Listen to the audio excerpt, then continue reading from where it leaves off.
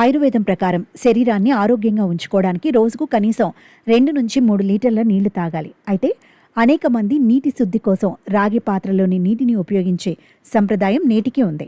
రాగి నీరు శరీర లోపాలను తగ్గిస్తుందనేది నిజమే అయినప్పటికీ ఇది అందరికీ ప్రయోజనకరం కాదు. ఈ నీళ్లు కొన్ని శారీరక పరిస్థితులు ఉన్నవారికి సమస్యలను కలిగిస్తుంది. డయాబెటీస్ మందులు తీసుకునేవారు రాగి నీళ్లు తాగటం వల్ల శరీరంపై మందుల ప్రభావాలను తగ్గించవచ్చు. అలాగే డయాబెటీస్తో బాధపడేవారి మూత్రపిండాలు బలహీనంగా ఉంటాయి. రాగి పాత్ర నీళ్లు తాగటం వల్ల మూత్రపిండాలపై ఎక్కువ ఒత్తిడి పడుతుంది. రాగి పాత్రలోని నీళ్లు సహజంగా వేడిగా ఉంటుంది.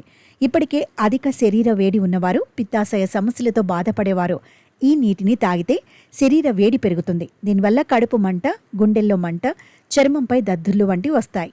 శరీరం కొంతవరకు మాత్రమే రాగిని గ్రహించగలదు. తీవ్రమైన మూత్రపిండాలు, కాలేయ వ్యాధి ఉన్నవారు ఈ రాగి కణాలను ఫిల్టర్ చేయడంలో ఇబ్బంది పడతారు. ఇది రక్తంలో రాగి పరిమాణం పెరగడానికి దారితీస్తుంది. ఇది రక్త శుద్ధీకరణకు ఆటంకం కలిగిస్తుంది. ఇది ఆరోగ్యానికి ప్రమాదకరం.